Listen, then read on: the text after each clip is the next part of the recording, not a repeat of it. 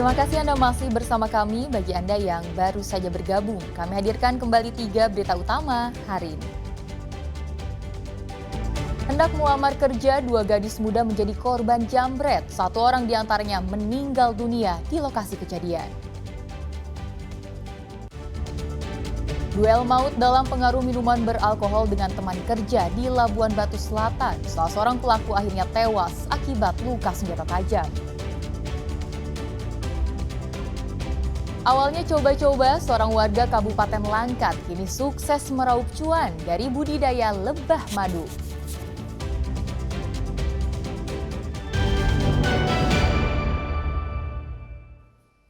Otoritas Jasa Keuangan mengeluarkan regulasi baru yang mewajibkan pemegang polis asuransi swasta membayar 10% dari klaim produk asuransi kesehatannya. Aturan ini berlaku mulai 1 Januari 2026. Nah, kenapa aturan ini diberlakukan? Simak laporan berikut.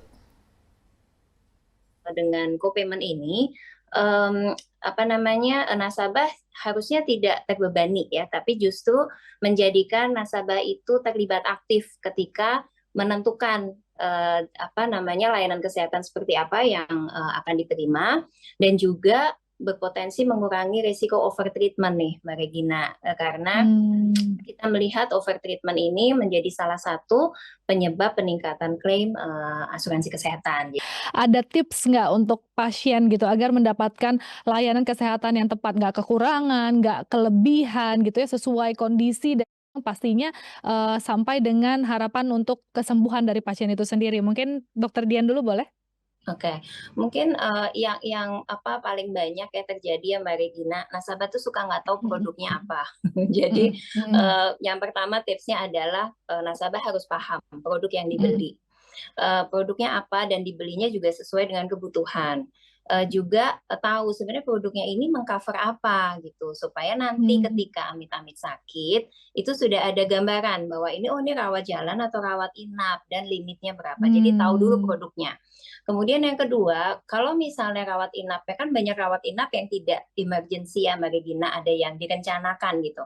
Jadi kalau misalnya direncanakan, sebaiknya nasabah bicara dengan perusahaan asuransinya. Kira-kira klaim ini nih di cover atau enggak, supaya pada saat betul-betul masuk rumah sakit sudah ada nih bukti bahwa perusahaan asuransinya sudah menjamin dan batasnya berapa. Paling tidak kalau 2 hal itu sudah terpenuhi kan sebetulnya sudah nyaman ya untuk nasabahnya.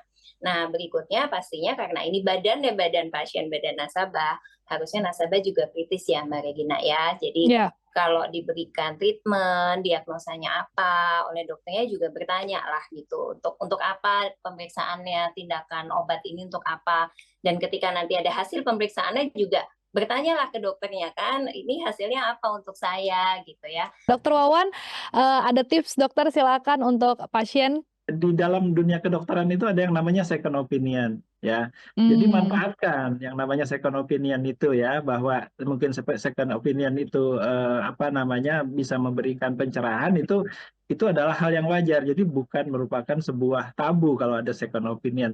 Terus yang menurut saya yang terpenting adalah karena kita berbasis bukti atau evidence based medicine ya.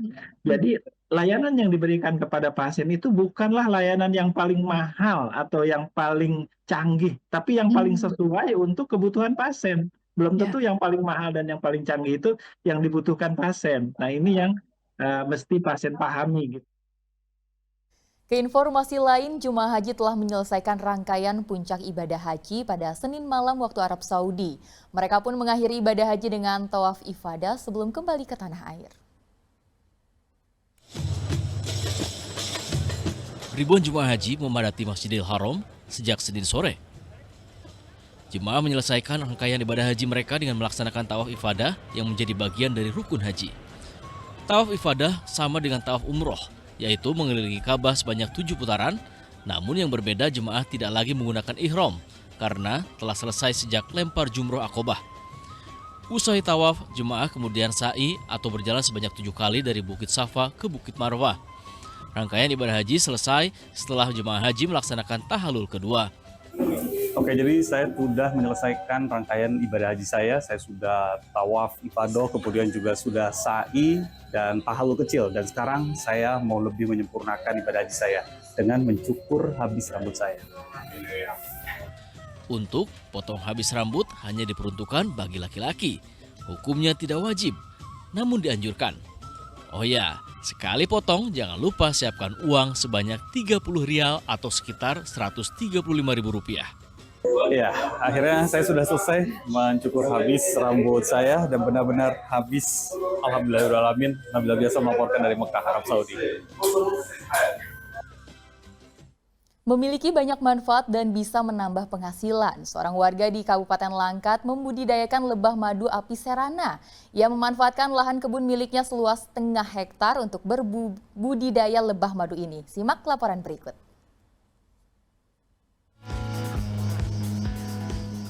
Selain bermanfaat bagi kesehatan tubuh karena kaya dengan nutrisi, lebah madu juga berperan penting sebagai penyerbuk tanaman untuk meningkatkan hasil panen pertanian serta menjaga keberagaman ekosistem. Karena itulah Febri, seorang warga, memanfaatkan sedikit lahan perkebunan miliknya untuk dijadikan lokasi penangkaran lebah madu berjenis apis cerana di kawasan Stabat, Kabupaten Langkat.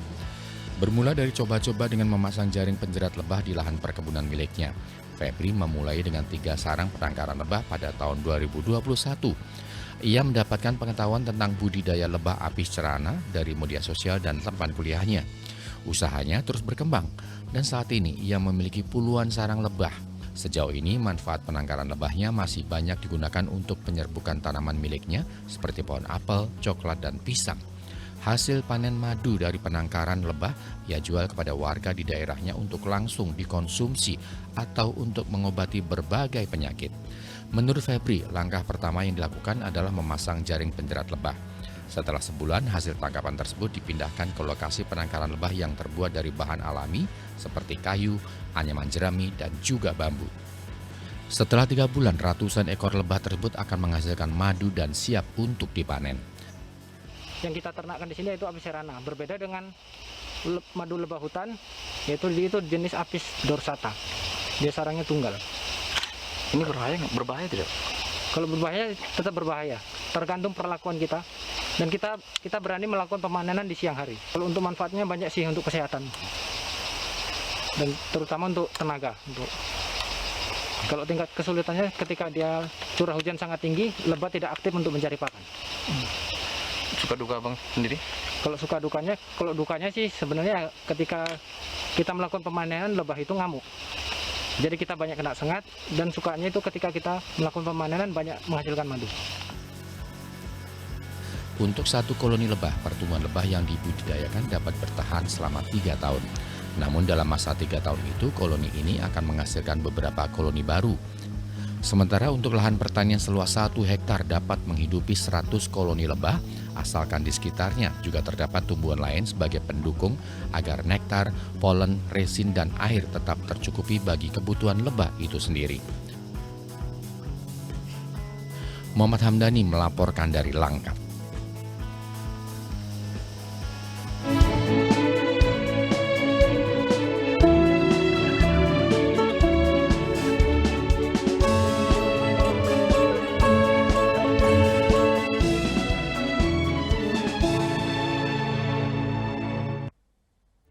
Dan laporan tersebut mengakhiri berita Sumut hari ini. Jangan lupa pastikan Anda subscribe channel YouTube Liputan 6 SCTV Daerah.